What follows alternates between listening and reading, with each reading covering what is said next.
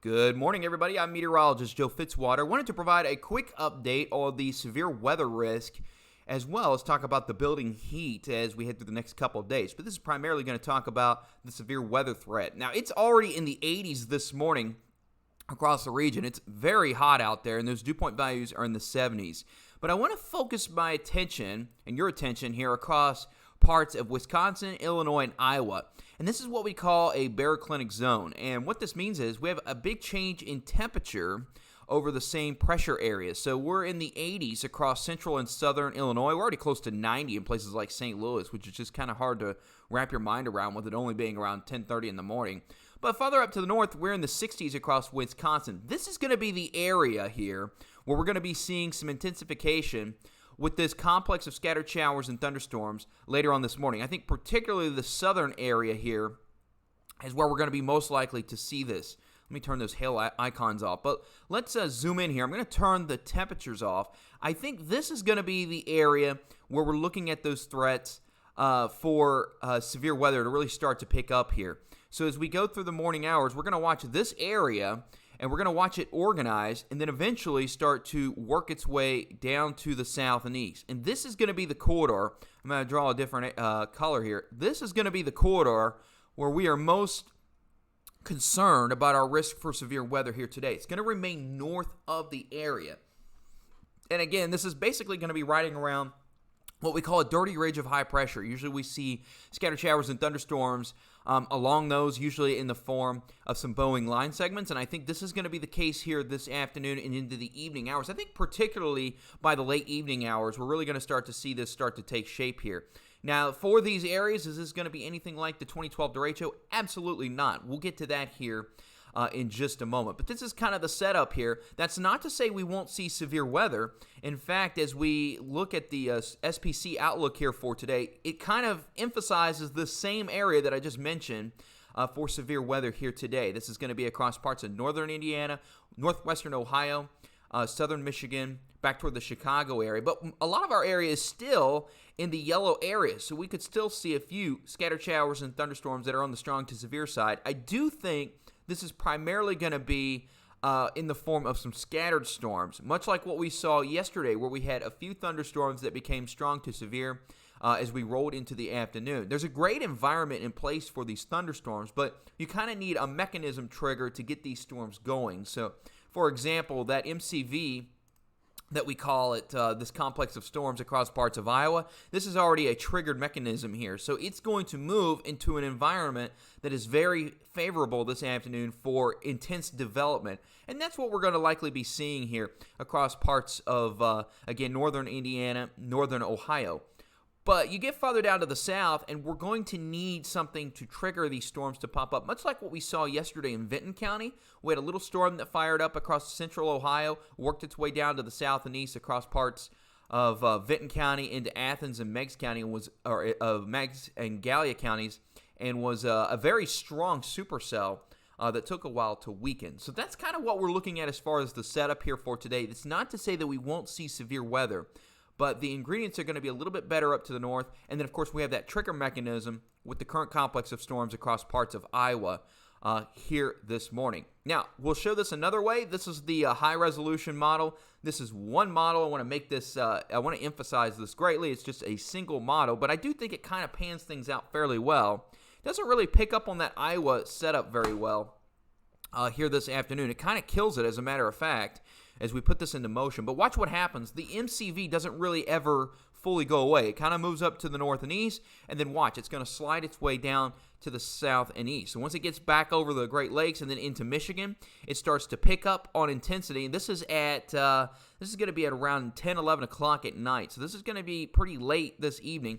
Notice, though, that the high resolution does pick up on a few scattered showers and thunderstorms across our region this evening as well. So we'll have to watch that carefully, because any of these storms that pop up could be on the strong to severe side. But the main action is going to stay up to the north here this afternoon and evening into the overnight hours. And that's a pretty wicked complex of showers and thunderstorms, likely with some embedded strong wind gusts, that's going to make its way across parts of Michigan, southern Michigan, into northern parts of Ohio, eventually into northern parts of West Virginia. I'll zoom in just a bit here. So if you've got some friends up in the Pittsburgh area, in far northern parts of West Virginia, northeastern Ohio, eventually into parts of Maryland, northern Virginia, this is going to be worth watching for sure.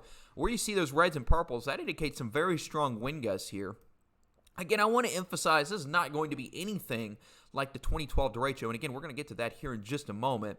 But nonetheless, that is a very impressive bow line that likely will be making its way through parts of northern West Virginia into Virginia, Maryland, and Pennsylvania. Keep in mind, this is out of our region. We're going to be focusing more on the scattered strong to severe storms this afternoon, much like what we saw yesterday.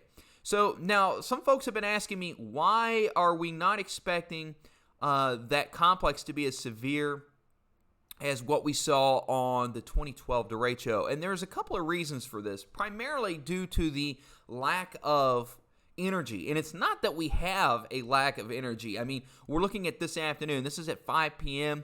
This is the amount of CAPE. Basically, think of it as the amount of available energy for storms to utilize.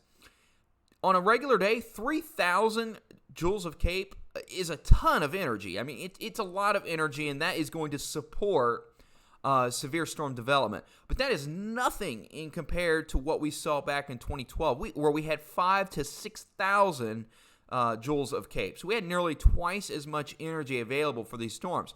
And the environment farther up to the north and west is going to support this. I mean, we've got 4, 5, maybe even close to 6,000 joules of CAPE across parts of Illinois and Indiana. But it's going to take some time, for this to develop.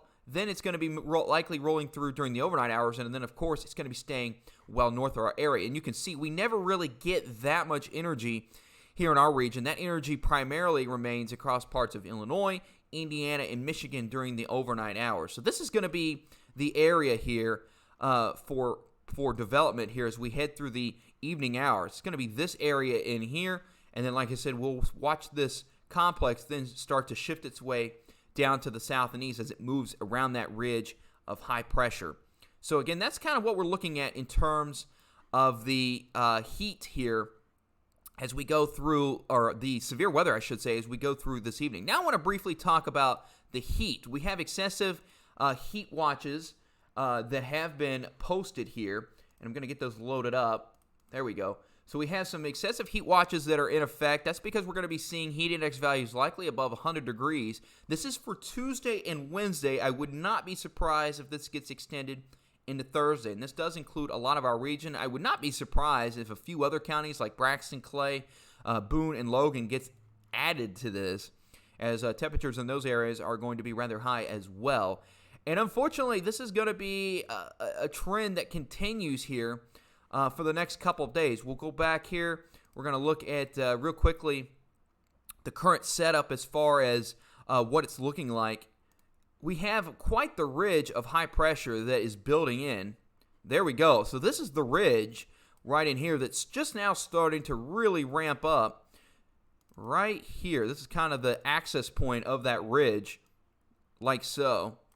And so this kind of also supports those storms following along and around that ridge here. So forming across parts of Illinois and Wisconsin, moving their way across parts of Michigan, then eventually down into parts of Pennsylvania, northern West Virginia, and Virginia. This ridge of high pressure just continues to build, and it's going to continue to build here for the next couple of days.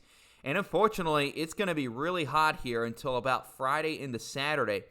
And looking at the long-term models, it looks like it's a brief reprieve from the heat Saturday, Sunday, and maybe Monday, and then we're back into the heat once again as we head toward next week. So not a lot of relief overall over the next couple of weeks in the tri-state. And I can't exercise enough that if you are going to plan on being out and about for extended periods of time, to make sure you stay hydrated. And don't forget to check not only the folks, but your pets as well if you have any outdoor pets, because it's going to be very, very hot with heat index values likely in the 100 to 105 range throughout this week. So that's kind of a wrap on everything that's going on here for today. Again, real quickly, just to kind of summarize, this is going to be the area.